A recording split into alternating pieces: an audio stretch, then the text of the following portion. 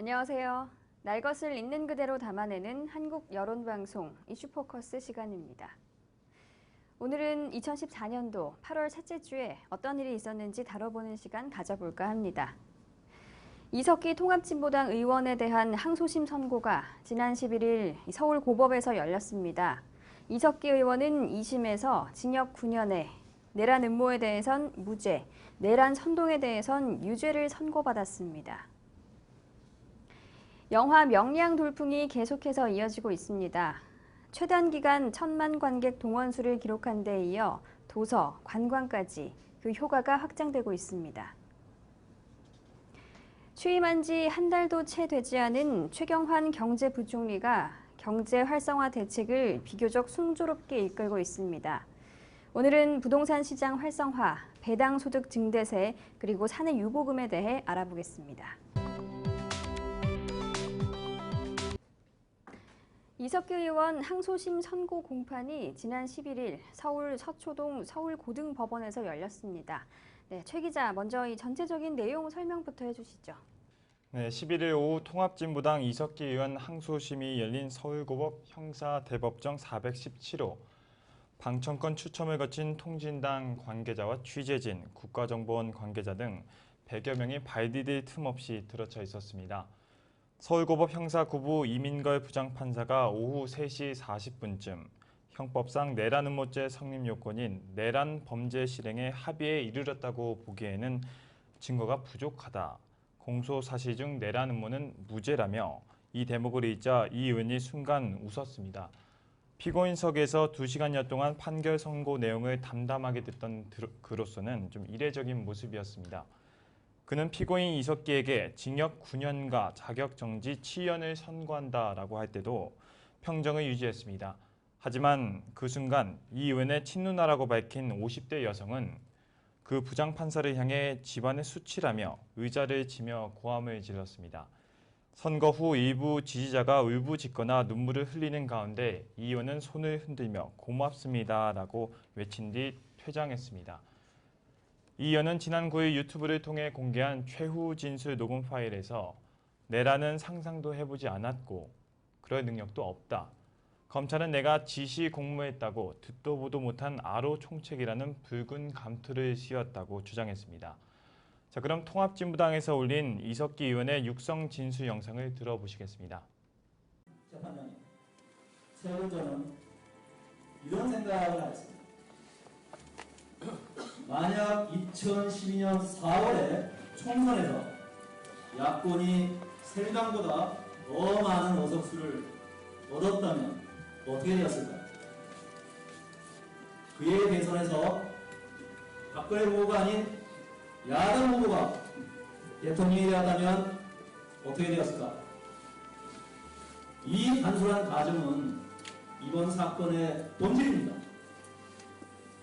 재판 과정에서 확인된 것처럼 저는 내란은 상상도 해보지 않았고 그럴 능력도 없습니다. 국가 연기하려 한 적도 없습니다. 첫 번째로 국정원이 자신의 대선 계획이라는 범죄를 덮고 국면을 전환하기 위해 이번 사건을 만들었습니다.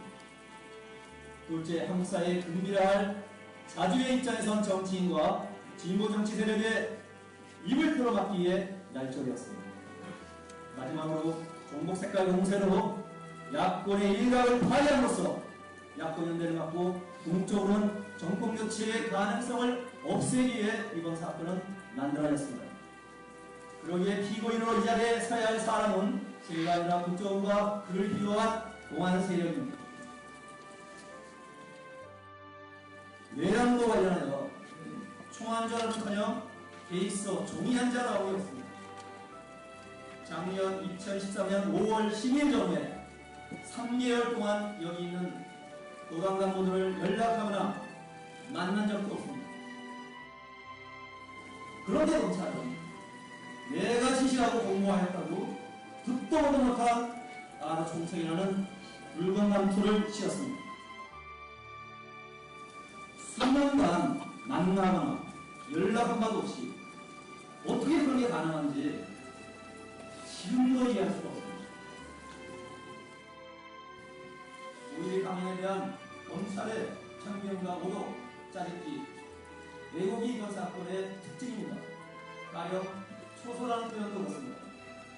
경기도당 활동가들이 일하는 사업 현장인 예를 들면 장난감 도서관이나 저소득층 공부방, 친환경 길센터에 그리고 의료사역 등을 말하는데 검찰은 폭동을 위한 처소로 해석되는 것이 단적인 사건입니다.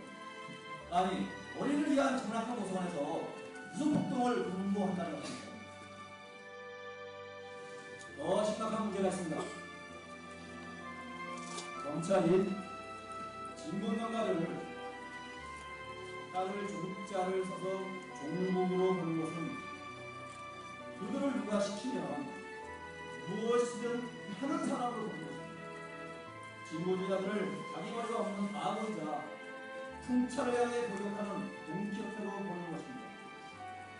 검찰은 자신에게 영혼이 없다고 해서 다른 사람에게도 영혼이 없다는 것을 없앨 것이라는 착각을 하는 것입니다. 그러나 진보운동가들의 견해에 대해서 비판할 수는 있겠지만 네, 이번 공판의 쟁점이 매우 중요했다고 하는데요. 최 기자, 어떤 내용인가요? 네, 이연의 내란 음모 사건 항소심의 쟁점은 혁명 조직 아로가 내란을 계획했는지와 실제 위험성이 있었는지 여부가 바로 그 쟁점이었는데요. 이에 대해 항소심 재판부는 아로의 실체가 없고 내란 실행 계획이 구체적이지 않다며 원심과 다른 판단을 내렸다. 아로 내부 제보자 이모 씨의 진술은 원심과 마찬가지로 신빙성이 있다고 밝혔습니다. 하지만 이 진술이 개인적인 경험이기 때문에 한계가 있다고 밝혔습니다. 또한 이 의원은 아로의 총책임자에 대한 판단도 달랐습니다. 1심 재판부는 130명의 청중 앞에서 거침없이 불쾌감을 표현한 이 의원의 행동이 그가 아로의 총책이란 증거라고 지적했습니다. 그러나 항소심은 아로의 실제 자체에 대해서 합리적 의심을 배제할 수 있을 정도로 그 존재가 엄격하게 증명됐다고 볼 수는 없다고 판단했습니다. 그러니 이 의원의 총책이란 지위도 인정하지 않았던 것인데요. 다만 피고인들을 비롯한 130여 명이 특정 집단에 속해 있으며 이 의원을 정점으로 하는 일정한 위계 질서가 존재한다는 부분까지는 부정할 수 없다고 밝혔습니다. 네, 결국 이석규 의원이 아로의 총책이다라는 의혹이 해결된 것은 아니군요. 네, 그렇습니다. 또한 폭동 수준의 모의가 있었는지에 대해서는 선동은 있었지만 구체적인 내란 음모로 이어졌는지는 판단할 수 없다는 입장을 견지했습니다. 재판부는 이 의원은 내란 선동 행위를 했지만 그 회합 참석자들과 함께 내란 범죄의 구체적 준비를 위한 어떤 합의에 이르렀다고 보기엔 증거가 부족하다고 밝혔습니다. 원심에서 지난해 5월 마리스타 수사회 회합에서 권역별 토론을 하고 총기 및 사제 폭탄 제조법을 논의한 것을 내란 음모의 합의 결의로 판단했었습니다. 이 의원의 선동에 참석자들이 어느 정도 호응을 했지만 국가기관 시설 타격 등을 실제 행동으로 옮길 준비를 했다거나 그리고 또한 위험한 수준의 합의를 했다고 보기는 어렵다고 판단한 것인데요. 다만 재판부는 대한민국의 체제 전복을 위해 구체적인 물질적 준비 방안을 마련하라는 발언에 대해서는 호응하면서 국가기관 시설 파괴 등의 폭력적인 방안을 논의한 것은 비난받아 마땅하다고 꼬집었습니다. 이번 판결에 대해 이 의원은 상고할 뜻을 밝혔습니다. 검찰 측도 공소 사실대로 모두 유죄가 맞는다고 보는 만큼 상고하겠다고 했고 그리고 재판부는 이날 헌법과 법률에 따라 판결했을 뿐 최근 종교인들이 제출한 탄원서는 전혀 고려하지 않았다는 설명을 덧붙였습니다. 이번 사건에서 가장 핵심이었던 내란 음모에 관한 판결이 말이 많았습니다. 최 기자, 어떤 내용이었나요? 네, 이석기 통합진보당 의원 사건에 대한 1심과 2심의 판단 가운데 가장 달라진 부분은 내란 선동과 내란 음모를 어떻게 볼 것인지에 관한 것이었습니다. 1심은 두 혐의 모두를 유죄로 인정했지만 항소심 재판부는 내란 선동만 유죄로 보고 내란 음모 협의에 대해서는 무죄를 선고했었습니다. 항소심 재판부는 또 1심과 달리 지하 혁명 조직 아로의 실체도 인정하지 않았습니다. 네, 그렇다면 1심과 2심의 판결이 다른 이유는 무엇인가요? 네, 항소심 재판부가 내란 선동을 유죄로 보면서도 내란 음모는 무죄로 판단한 것은 선동과 음모의 차이 때문인데요. 선동죄는 내란 행위의 시기나 대상이 구체적으로 특정될 필요가 없다. 내란 범죄를 실행시킬 목적으로 선동 행위를 했고 선동 상대방이 내란 범죄를 실행할 개연성이 있다는 점만 인정되면 유죄로 볼 수 있다. 그러나 내란 음모죄가 성립하려면 2인 이상이 내란 범죄 실행에 합의했다는 점이 인정돼야 한다고 말했습니다. 내란 행위의 중요한 부분은 시기와 대상, 수단 및 방법, 역할 분담 등의 윤곽이 어느 정도 특정될 수 있게 합의가 이루어져야 한다는 의미인데요. 재판부는 이런 기준에 비춰봤을 때 피고인들이 내란 범죄 실행을 목적으로 선동 행위를 한 부분은 인정되지만 내란 범죄 실행을 위한 준비 행위까지 나아갔다고는 볼 수 없다고 판단했습니다. 이 의원은 대한민국 체제를 전복하기 위해 주요 기관 시설 파괴를 포함해서 130여 명의 조직적으로 실행한 방안을 마련하고 명령이 떨어지면 일제히 실행에 옮기라고 발언한 부분이 선동죄를 유죄로 본 근거가 됐습니다. 재판부는 또 피고인들이 상명하복 관계에 있는 것으로 보이는 회합 참석자들에게 구체적 실행 계획 마련을 위해 즉시 준비에 나설 것을 강조했고 참석자들도 이에 호응한 점을 고려할 때 가까운 장래에 내란 범죄를 결의 실행할 개연성도 인정됐다고 판단했었습니다. 그러나 이런 점들은 내란 선동죄를 인정하기 위한 근거는 되지만 내란 음모죄를 유죄로 보기 위한 근거까지는 될 수 없다는 것이 재판부의 판단입니다.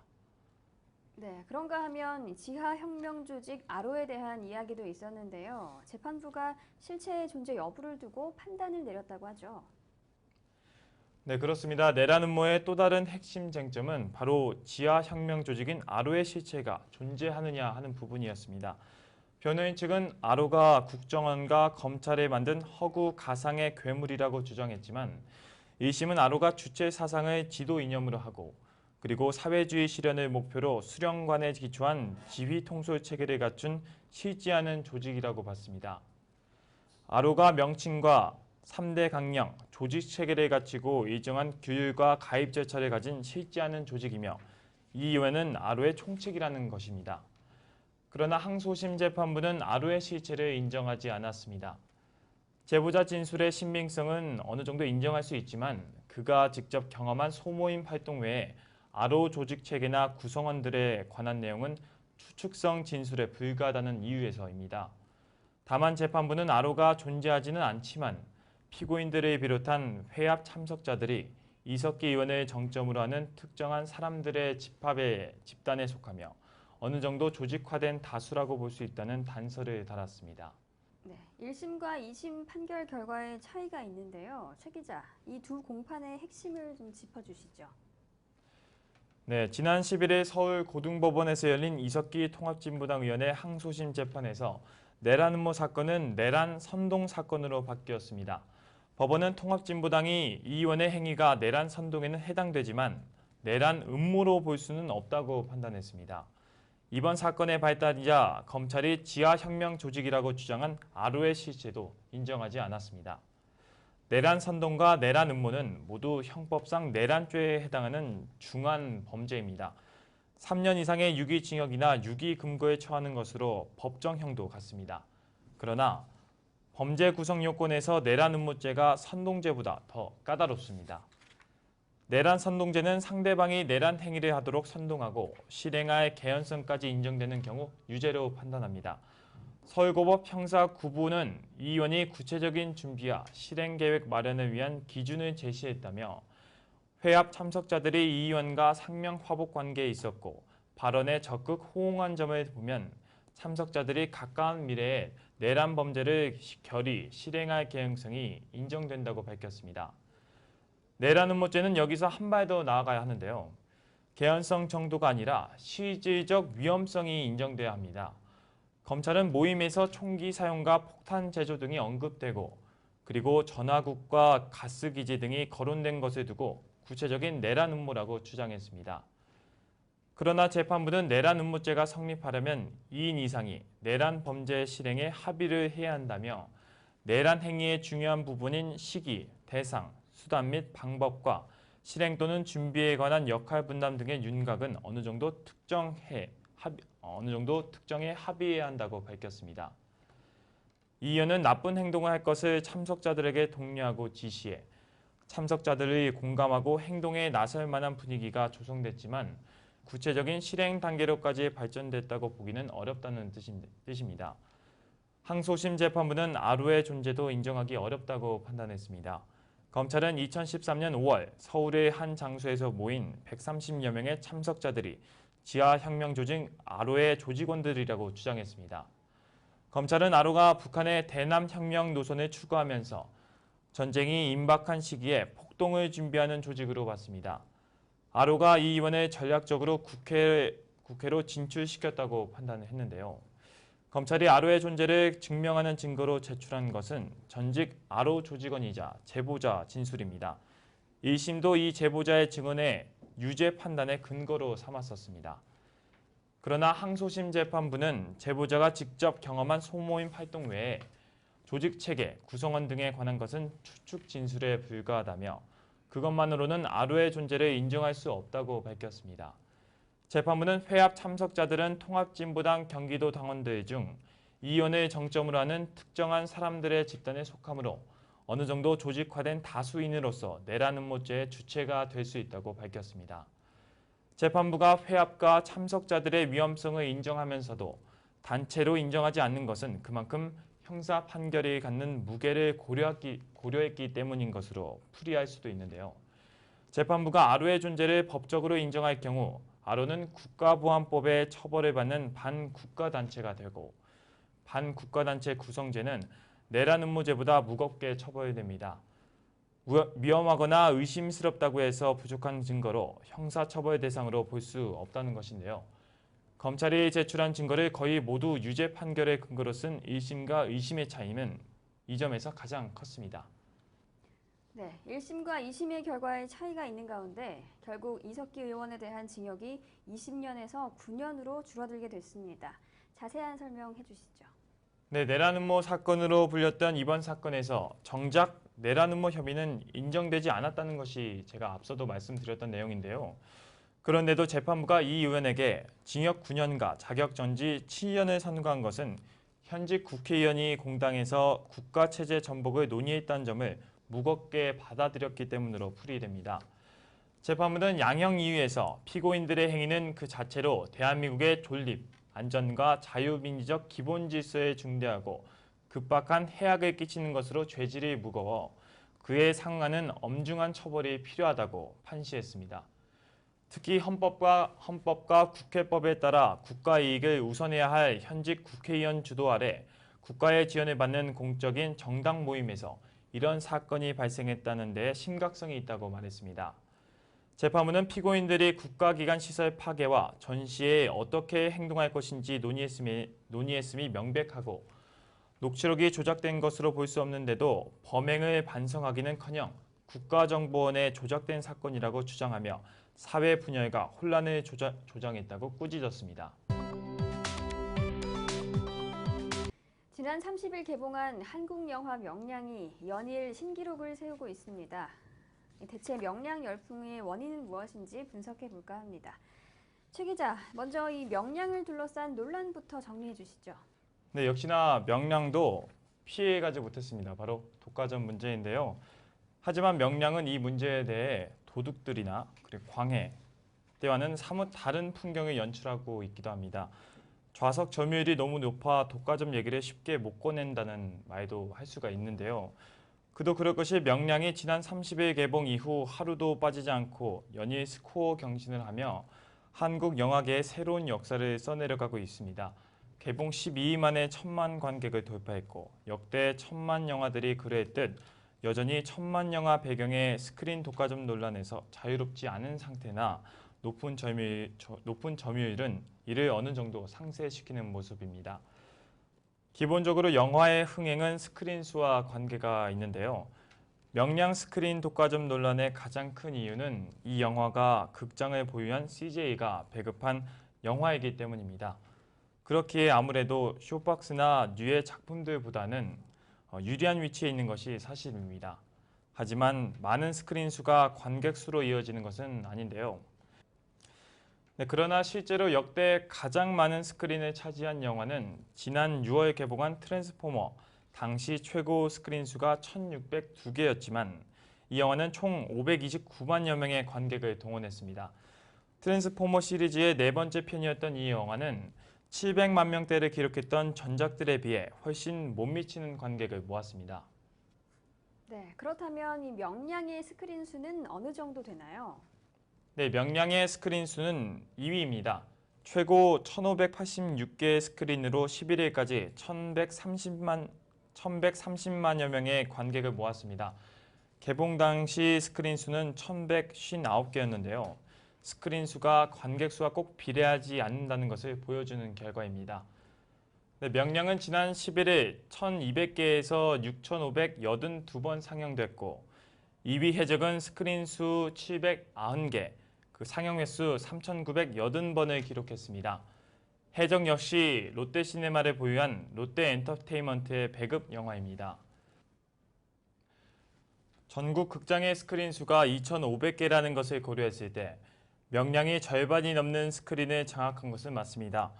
외국 같은 경우에는 블록버스터라고 할지라도 시장 독점 논란을 피해가기 전체 스크린의 30%를 넘지 않는 게 일반적인 것을 상기했을 때 한국만의 특수한 상황이라고 볼 수 있습니다. 물론 이 경우에도 외국과 한국 전체 스크린 수의 비교가 필요하다는 의견도 있습니다. 그러나 명량의 좌석 점유율이 높기 때문에 즉 관객들이 원하기에 극장가에 내건다라는 논리를 쉽게 반박하기가 어렵습니다. 물론 독점을 논할 때는 스크린 수의 지속 기간과 상영 횟수, 동시기 상영 영화의 균형에 대한 고려가 있어야겠지만 수요가 폭발적으로 높은 상황에서 단순하게 스크린 독점을 재단할 수 없다는 화두가 명량을 통해 나왔습니다. 명량의 좌석 점유율은 87%까지 기록했고 개봉 2주차 주말에 하루 평균 105만 관객을 모았습니다. 특히 9일 79.9%, 특히 9일 78.9%, 10일에는 75.8%라는 높은 좌석 점유율을 기록했습니다. 보통 관객이 뜸한 평일 낮 시간대에도 다른 영화보다 1.5배에서 2배가량 많은 관객이 몰렸습니다. 이에 CJ 엔터테인먼트 관계자는 스크린 독과점은 좌석 점유율은 낮은데도 불구하고 부당하게 스크린 수를 점유하는 것이라고 설명하며 명량은 이와는 다른 경우라고 전했습니다. 관계자는 명량은 좌석 점유율이 다른 영화 대비 압도적으로 높아서 기존의 스크린 독과점 문제와는 궤가 다른 것 같다라며 예매율이나 좌석 점유율이 높은 정도가 아니라 기존의 영화사에 없었던 기록적인 수치이기 때문에 스크린 독과점 논란으로 볼 문제는 아니라고 생각한다고 과거 스크린 독과점이 논란이 됐던 영화들과는 다르게 봐야 할 것 같다고 전했습니다. 또한 명량이 또 많은 관을 차지해 작은 영화의 상영 기회가 제한될 수밖에 없다는 의견에 대해서는 명량이 다양성 영화의 스크린 수에 영향을 주지는 않는다고 전했습니다. 관계자는 영화진흥위원회 집계 결과를 보면 명량 개봉 전후 다양성 영화 스크린 수나 상영 횟수는 큰 변화가 없었다. 상업 영화와 다양성 영화는 별개의 다른 리그로 봐야 할 것이라고 설명했습니다. 한편으로는 독과점 논란의 가장 큰 중심에 있는 것은 공급자가 관객의 선택의 폭에 영향을 준다는 것이라는 주장인데요. 극장에서 명량 외에 다른 영화를 관람하고 싶지만 보고 싶은 영화가 다양한 시간대에 분포되어 있지 않아 발길을 돌릴 수밖에 없다는 일부 관객들의 원성이 존재해 왔습니다. 한 극장 관계자는 산업의 논리 테두리 안에서 과도해야 할 것이 아니라 문화적 다양성 측면에서도 접근해야 한다. 멀티플렉스 극장 체인을 소유하거나 자회사로 둔 대형 배급사의 영화는 관객들의 선택권, 중소영화의 상영 기회 보장이라는 개념을 안아야 영화 산업이 기형적인 구조에서 탈피할 수 있을 것이라고 지적하기도 했습니다. 네, 이 명량의 흥행을 이끈 요인으로 배우의 열연도 빼놓을 수 없습니다. 배우 최민식 씨가 이 명량으로 드디어 이 천만 배우 대열에 합류했죠? 네, 그렇습니다. 배우 최민식의 데뷔 연도는 정확하지는 않지만 1982년 극단 뿌리 은혜의 읍내로 본다면 연기를 시작한 지 30년이 넘었습니다. 최민식은 데뷔를 언제 했는지가 뭐가 중요하느냐라며 주변에게도 잘 알리지 않는다고 전해지는데요. 대체불가 배우로 손꼽히는 최민식은 연기적인 면에서 대한민국 최고의 배우라고 해도 손색이 없습니다. 나이가 들어갈수록 연륜이 묻어나는 그의 연기에 많은 영화인들과 관객들이 엄지손가락을 치켜 세웁니다. 그러나 최민식은 무관의 제왕에 가깝습니다. 최민식의 필모그래피 중 1,000만 관객을 넘은 작품은 없습니다. 가장 성적이 높은 영화는 쉬리인데요. MBC 서울의 달에서 이미 호흡을 맞춘 학교 후배 한석규와 황정민, 송강호, 김윤진, 박용우 등과 함께 출연한 쉬리의 관객 수는 582만여 명으로 추산되고 있습니다. 2012년작 범죄와의 전쟁, 나쁜 놈들 전성시대가 472만여 명을 모집했으며 황정민, 이정재, 박성웅 등과 호흡을 맞춘 신세계가 468만 2,400여 명을 기록했습니다. 박찬욱 감독의 올드보이가 326만 9천여 명을 끌어들인 바 있는데요. 어찌 보면 최민식의 네임밸류에 비해 아쉬운 성적입니다. 쉬리로 대종상 나무주연상, 백상예술대상 남자 최우수 연기상, 디렉터스 컷 시상식 올해의 연기자상을 수상하고 2002년 파이란도, 도빌 아시아영화제 나무주연상, 청룡영화상 나무주연상을 차지했지만 흥행면에서는 홈런을 친 경험은 없습니다. 네. 자타공인 연기파 배우 최민식의 영화가 1,000만을 넘지 못했다는 사실을 아는 관객은 그리 많지 않을 것 같은데요.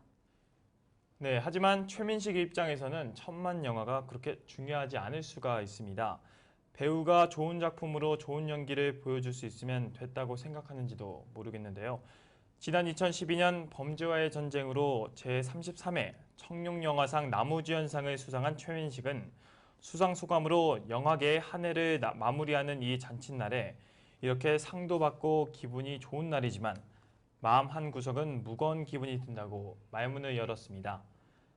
주제넘게 한마디 하겠다는 그는 어떤 동료 감독이 자기 자신의 작품을, 자식 같은 작품을 스스로 죽이는 모습을 봤다며 우리는 주류에서 화려한 잔치를 벌이고 있지만 우리의 동료 감독 누구는 지금쯤 쓴 소주를 마시며 비통해져 있을 것이라며 상업 영화든 비상업 영화든 한 해를 마무리하는 영화제 최고의 잔칫날에는 그런 동료들이 없어야 하겠다는 소감을 밝혔었습니다.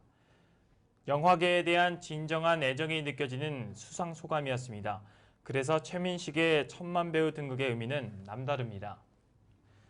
일각에서는 스크린 독과점을 운운할 수 있으나 명량의 열기는 거대 기업 CJ의 자사 작품 밀어주기로 치부하기에는 너무나도 뜨겁습니다. 제가 평일 저녁 멀티플렉스에서 명량을 예매하려고 했을 때 좌녀석이 대부분 매진 또는 2좌석 정도였습니다. 심지어 끝에 한 자리를 비워두고 예매를 해도 꼭 옆자리에 혼자 앉아보는 관객이 있어 놀라움을 자아내기도 했었습니다. 명량의 흥행은 대한민국 국민이 좋아하는 위인 이순신 장군에 있다 하더라도 이순신 장군을 연기한 최민식이 없었다면 역대 최단기간 1,000만 관객 돌파 영화의 등장도 훗날을 기억해야 되지 않을까 하는 생각이 있습니다. 명량은 11일 누적 관객 수 1,100만을 넘어 1,130만 4,171명을 기록했습니다. 꾸준히 10만 명 이상의 예매율을 보이고 있는 명량은 명실상부 2014년 최고 흥행작으로 등극할 전망입니다. 무관의 재앙에서 진정한 재앙으로 등극한 최민식의 지난 30년보다 앞으로의 30년이 더욱 기대됩니다.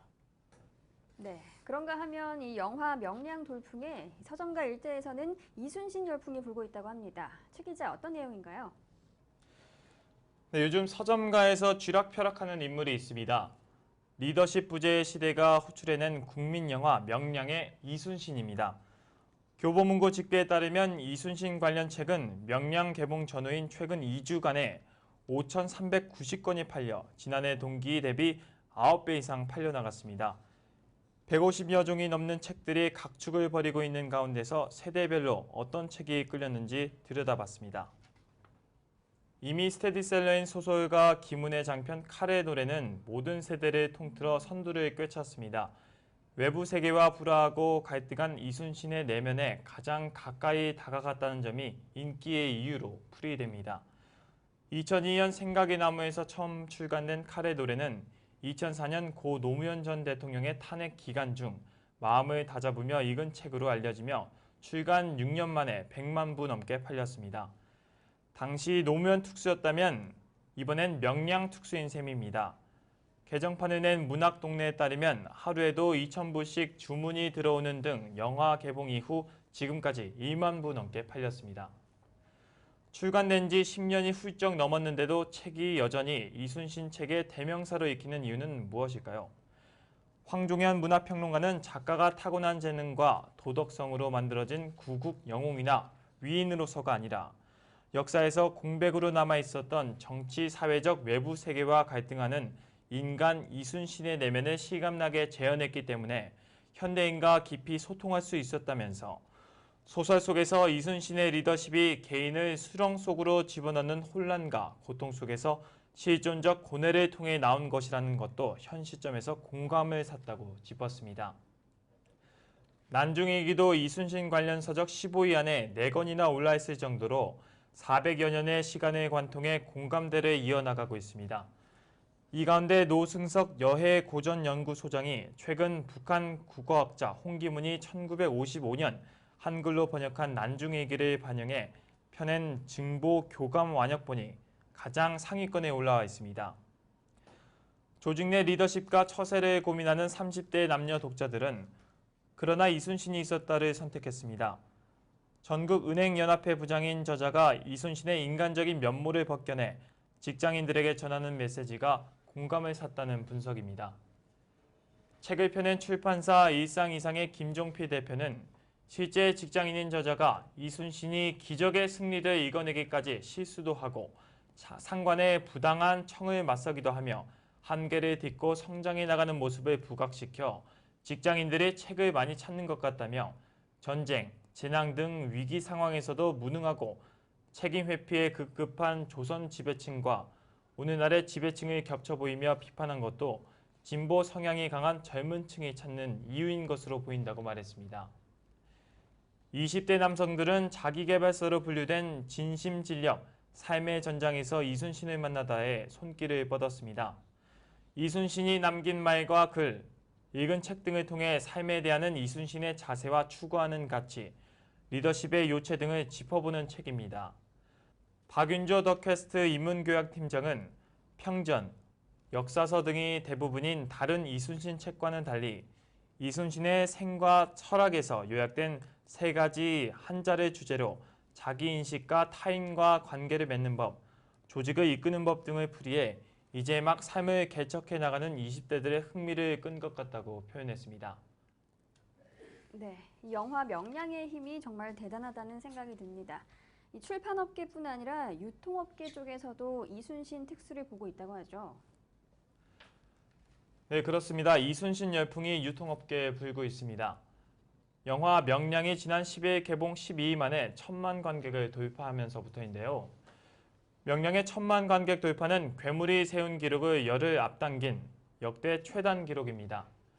명량은 개봉 첫날 최대 관객을 끌어모으는 데 이어 사상 처음으로 하루 관객 100만 명을 돌파했습니다. 현재까지 갈아치운 신기록만 10개가 넘습니다. 박근혜 대통령까지 영화관으로 이끈 명량 열풍은 유통업계까지 번지고 있습니다. 또한 앞전에도 말했듯이 이순신 장군을 다룬 책들이 불티나게 팔리고 백화점과 온라인 쇼핑몰에도 관련 상품이 인기를 끌고 있습니다. 11일 옥션에 따르면 지난달 30일 명량 개봉 이후 지난 6일까지 이순신, 명량 등의 검색어가 전주 대비 120% 증가했습니다. 명량은 검색되는 상품이 도서와 입체 퍼즐 등 100여 개에 이릅니다. 이순신과 임진왜란 등 조선시대 역사문학 도서 상품 매출은 같은 기간 225%나 증가했습니다. 최근 출간된 영화를 소설화한 김호경 작가의 명량과 이순신 장군의 전기도서 등의 판매가 크게 늘고 있습니다. 출간된 지 2년이 지난 박은우 작가의 명량, 이건 역시 다시 인기를 얻고 있습니다. 옥션 관계자는 최근 종영한 역사 드라마 정도전, 영화 영린, 군도, 해적 등 조선시대 역사를 주제로 한 드라마나 영화가 인기를 얻으면서 작품 관련 책, DVD의 구매가 늘고 있다며 특히 역사 주제의 상품과 아동교육 상품들도 수혜를 얻어 비수기의 특수를 노리고 있다고 말했습니다. 장난감을 좋아하는 20, 30대 성인을 가리켜 키덜트라고 부르는데요. 이 키덜트 사이에서도 이순신 바람이 뜨겁다고 하죠. 네, 이순신 장군의 무용담을 재현한 옥스포드 블록의 판매는 무려 60%나 늘었습니다. 이 블록은 임진왜란 당시의 다양한 전장의 모습을 담은 것으로 외적의 침략을 담은 장군성 대결투, 장군성 방어전, 하객진 전술을 묘사한 판옥선 출격, 거북선 등으로 구성되어 있습니다. 이 외에도 거북선과 판옥선을 만들 수 있는 입체 퍼즐이나 나무 소재 조립 키트 등도 인기를 끌고 있습니다. 현대 아이파크몰 역시 명량 개봉부터 지난 10일까지 거북선과 판옥선 목재 모형 매출이 지난해 같은 기간보다 3배 이상 늘었습니다. 이순신 특수에 힘입어 거북선과 판옥선을 취급하는 목재 모형 전문 브랜드 영공방 매출도 97.1%나 신장했습니다. 이 매장에서는 미니어처와 50cm 크기의 거북선, 청동대포 등 10여 종의 이순신 관련 상품을 판매합니다. 또 전기 모터를 동력으로 노를 저어 물 위로 배를 띄워볼 수 있는 판옥선과 전시용 대형 거북선도 키덜트들의 발길을 사로잡고 있습니다. 아이파크 백화점은 이순신 신드롬에 맞춰 31일까지 이순신 특별전을 진행합니다. 이순신 관련 상품을 구매하는 고객에게는 미니어처 거북선을 사은품으로 증정합니다. 매장을 방문한 어린이들에게는 직접 조립해 볼 수 있는 체험 이벤트도 진행합니다. 서일엽 아이파크 백화점 마케팅 팀장은 프라모델과 RC카 등에 비해 주목받지 못했던 우리 역사 관련 목재 모형물이 인기를 누리며 이순신 특수를 실감케 하고 있다며 키덜트족의 구매뿐만 아니라 자녀와 함께 영화를 본 부모들이 교육용으로 구입하는 경우도 많다고 말했습니다. 한편 명량의 흥행과 함께 광복절을 앞두고 애국심이 고취됨에 따라 태극기 판매도 같은 기간 10% 증가한 것으로 나타났습니다. 예년에는 3.1절과 이사 시즌이 있는 연초에 태극기 수요가 늘고 상반기 이후에는 다소 정체됐었습니다.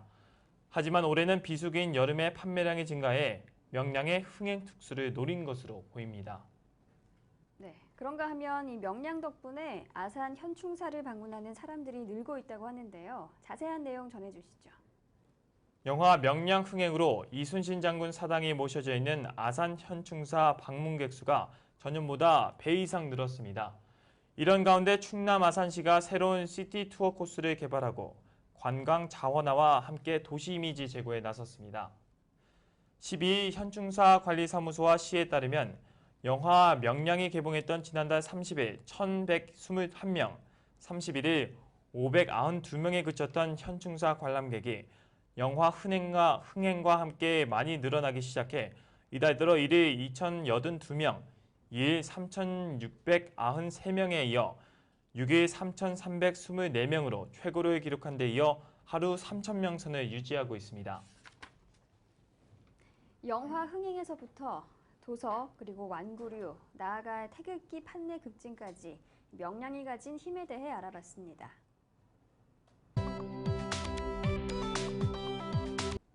최경환 경제부총리가 경제 활성화 대책을 진두지휘하고 있습니다. 특히 부동산 시장에서는 이 최경환 효과라고까지 하며 그의 영향력을 설명하고 있는데요. 최 기자, 이 최경환 효과에 대해 설명해 주시죠. 네, 10일 부동산 서브 조사에 따르면 최 부총리 내정 직전인 올해 6월 2주차 시세 기준으로 627조 3,488억이었던 서울 아파트 시가총액은 이달 2주차 기준 631조 3,389억 원으로 두 달 만에 3조 9,901억 원 늘어났습니다. 최 부총리가 내정 직후부터 총부채 상환 비율, 주택담보대체 비율, 재건축 안전진단 기준 등 부동산 관련 규제 완화를 예고하고 취임 후 이를 실행에 옮기면서 시장이 반응한 것으로 분석됩니다. 시가총액 증가는 일반 재건축 아파트를 가리지 않고 나타나고 있습니다. 일반 아파트의 시가총액은 555조 1,114억 원으로 3조 2,346억 원 증가했고 재건축 아파트 시가총액은 76조 2,275억 원으로 7,555억 원 늘어났다는 것입니다. 재건축 시총은 서초, 강남, 송파, 강동 순으로 많이 증가했습니다. 서울 전체 아파트의 시총을 지역별로 봐도 일반 재건축 여부에 상관없이 강남, 서초, 송파 등 강남권의 상승폭이 컸습니다. 구별로는 서초의 시가총액은 두 달 새에 1조 2,622억 원 뛰어 서울에서 가장 많이 올랐고 강남이 9,897억 원으로 뒤를 이었습니다. 송파 역시 2,021억 원 증가해 이른바 강남 3구의 증가액이 서울 전체 증가분의 절반 이상을 차지하며 전체 시총 증가를 이끌었습니다. 이런 현상은 새 경제팀인 LTV, DTI 등 규제 완화 정책을 내놨을 때 정책 효과가 강남권과 재건축 단지를 중심으로 나타날 것이라는 전문가들의 예상과도 일치하는 것인데요. 강남 3구 외에도 노원, 종로, 양천, 성동 등에서 시총이 증가했으나 은평, 서대문, 성북, 구로, 광진 등은 오히려 감소 대비됐습니다. 일반 아파트 가운데 시가총액이 가장 많이 증가한 것은 서초구 반포동 주공 1단지로 5조 8,385억 원으로 2,696억 원 늘어났습니다. 재건축 아파트 중에는 송파구 잠실동의 잠실엑스의 시총이 5조 3,421억 원으로 1,037억 원 증가해 가장 많이 늘었습니다. 한편 서울에서 시가총액이 가장 큰 단지는 송파구 신천동 파크리오로 5조 9,223억 원으로 집계됐습니다. 지난 7월 취임한 최 부총리의 출발이 순조로운 모습입니다. 또한 이 주식시장에서도 이 최경환 효과가 있었다고 하는데요. 어떤 내용인가요? 네, 금융투자교육원 황세훈 자본시장연구원 연구위원은 증시 활성화를 위해서는 배당 확대가 반드시 뒷받침돼야 한다고 주장했습니다. 예전에는 시장 수익률이 높아 배당이 큰 투자 판단의 요소가 아니었으나 수익률이 떨어지면서 배당이 높아야 투자를 하는 시대가 왔다는 이유에서입니다. 현재 시중금리가 2%도 안 되는 상황에서 투자자들은 배당에라도 기댈 수밖에 없는 상황이라고 설명했습니다. 그래서 그는 기업의 배당 촉진을 위해 배당을 받는 주주에 적용되는 배당 소득세율을 기존 14%에서 9%로 인하하면 실질적으로 주식시장에 자금이 들어올 것이라며 이번 정부 정책에 대한 수혜를 확신했습니다. 그는 외국인 투자자들이 코리아 디스카운트 요건으로 꼽고 있는 낮은 배당률 문제가 해결되면 증시에 자금이 유입될 것이다. 또 지금 국내 주식 펀드에는 환매가 이어지고 있지만 배당주 펀드로의 자금은 계속 유입되고 있는 상황이라고 설명했습니다. 네, 이 배당소득 증대세에 대해서는 재벌만 혜택을 주는 것이 아니냐 하는 소리도 나오고 있는데요. 최 기자, 어떤 내용인가요? 네, 최경환 경제부총리 겸 기획재정부 장관은 6일 정부의 세법 개정안에 담긴 배당소득 증대세제가 재벌 총수에게만 혜택이 돌아간다는 지적에 대해 전혀 그렇지 않다고 밝혔습니다. 최 부총리는 지난 7일 MBC 뉴스데스크, SBS 나이트라인에 잇따라 출연해 만약 그분들 소득을 100억 원 올리려면 몇 조 원에 해당하는 배당을 늘려야 한다며 그 경우 그분들한테 100억 원이 돌아가지만 나머지 경제에 몇 조 원이 풀릴 수 있다고 말했습니다.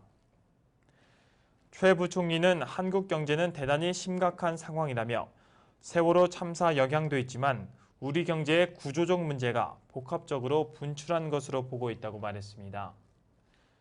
그는 2008년 이후 법인세를 25%에서 22%로 내렸지만 효과가 미흡하다는 지적도 있었다며 기업의 소득을 가계 등으로 환류시키지 않으면 우리 경제가 돌아가지 않겠다고 판단했다고 설명했습니다.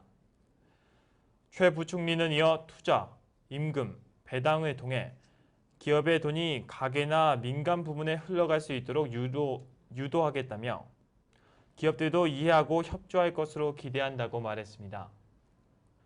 그는 이번 세법 개정안으로 봉급 생활자의 월급이 얼마나 오를지 단정하기는 어렵다면서 기업이 생산성 향상 범위 내에서 임금을 올리면 내수 활성화로 연결돼 결국 기업 소득으로 돌아가는 선순환 구조가 형성될 것이라고 설명했습니다.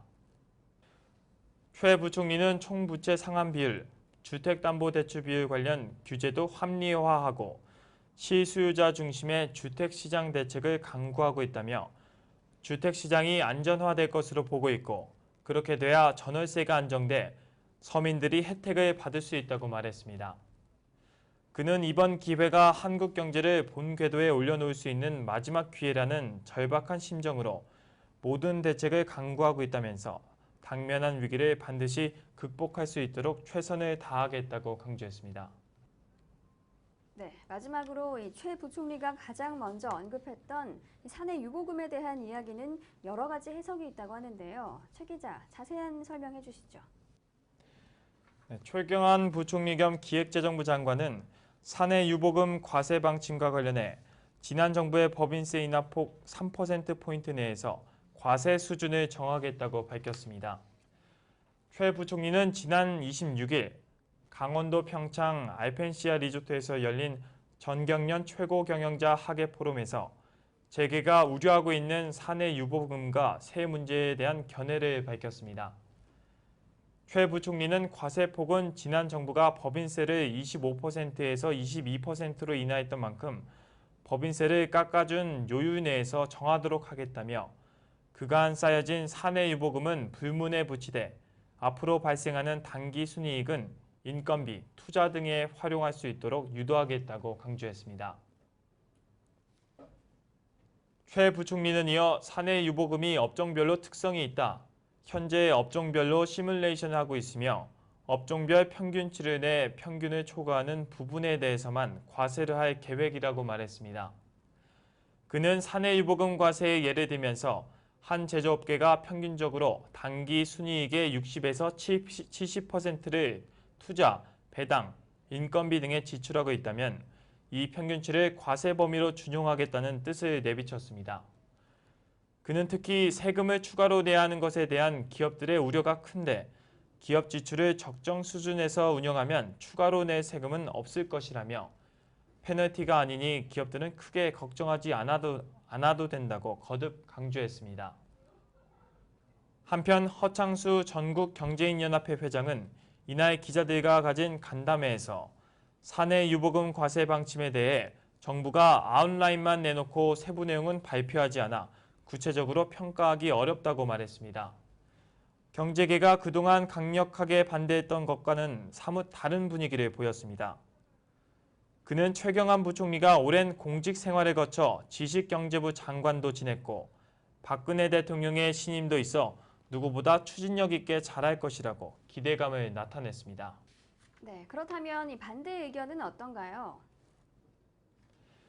네, 이번에 발표된 세법 개정안에 대해 재계는 내수가 활성화돼야 한다는 취지에는 공감하면서도 기업 경영에 부담이 갈 수 있다는 우려감을 나타내고 있습니다. 특히 기업들이 촉각을 곤두세운 것은 기업소득 환류세제, 즉 사내 유보금 과세안. 재계는 최경환 부총리가 사내 유보금 과세가 세수 확보 목적이 아니라고 거듭 밝힌 만큼 기업들의 세부담이 늘지 않은 방향으로 시행령이 만들어져야 한다고 주장하고 있습니다. 특히 비과세 사내 유보를 인정하는 유보금 범위를 확대해야 한다는 입장입니다. 단기 순이익 중 일정 부분을 투자와 임금, 배당으로 사용하지는 않은 경우에 세금을 내도록 했는데 과세 대상인 단기 순이익의 비중을 더욱 줄여야 한다는 것인데요. 또 주요 대기업의 해외 매출 비중이 66%에 달하는 현실을 반영해 국내 투자뿐만 아니라 해외 투자분도 투자액으로 인정해달라고 요구했습니다. 해외 자회사의 배당 소득에 대해 세제 혜택을 축소하는 방안에 대해서도 부작용이 우려된다며 재검토를 요청했습니다. 해외 배당 소득에 대한 세부담 증가로 기업들이 배당을 회피하면서 해외 법인에만 돈이 쌓이고 국내에 유입되지 않는 현상이 더욱 심화될 수 있다는 이유에서입니다. 재계는 또 고용 창출 투자 세액공제의 기본 공제율을 1%포인트 인하하는 방안도 제조업 투자를 축소시키는 역효과를 낼 것이라고 우려하고 있습니다.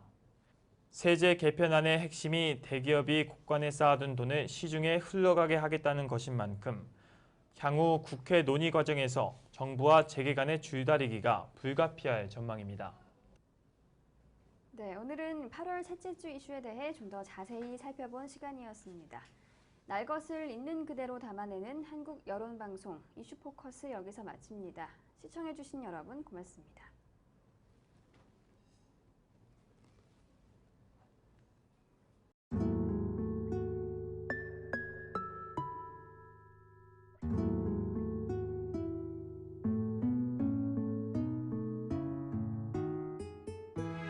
이곳은 온 국민을 안타깝게 하고 있는 세월호 침몰 사고가 발생한 진도 팽목항입니다.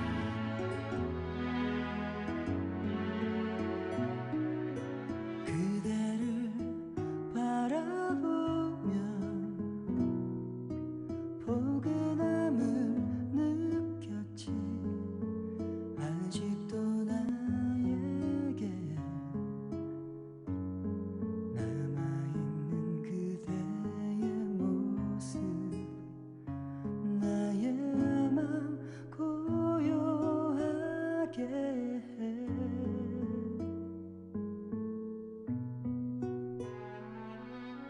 지금